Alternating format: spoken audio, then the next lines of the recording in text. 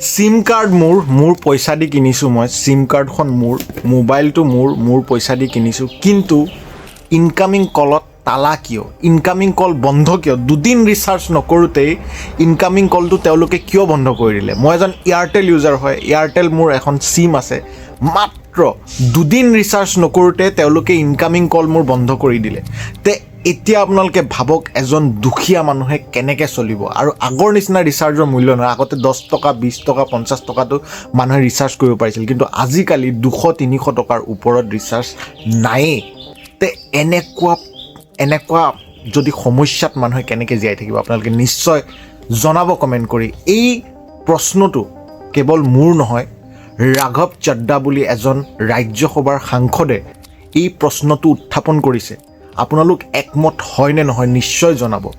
দুদিন মাত্ৰ ৰিচাৰ্জ নকৰোঁতে তেওঁলোকে মোৰ ইনকামিং কল কাটি দিলে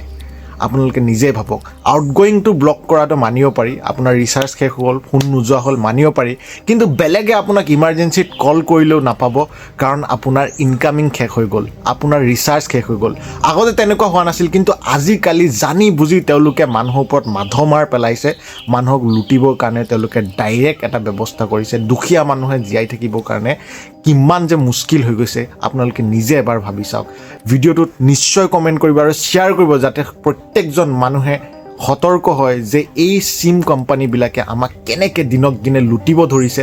কেনেকৈ তেওঁলোকে লুটি পুটি খাই আছে আমাক আপোনালোকে নিশ্চয় কমেণ্ট কৰি জনাব আৰু ভিডিঅ'টো শ্বেয়াৰ কৰিব আজিৰ কাৰণে ইমানেই আকৌ লগ পাম এটা নতুন ভিডিঅ'ত বাই বাই টাটা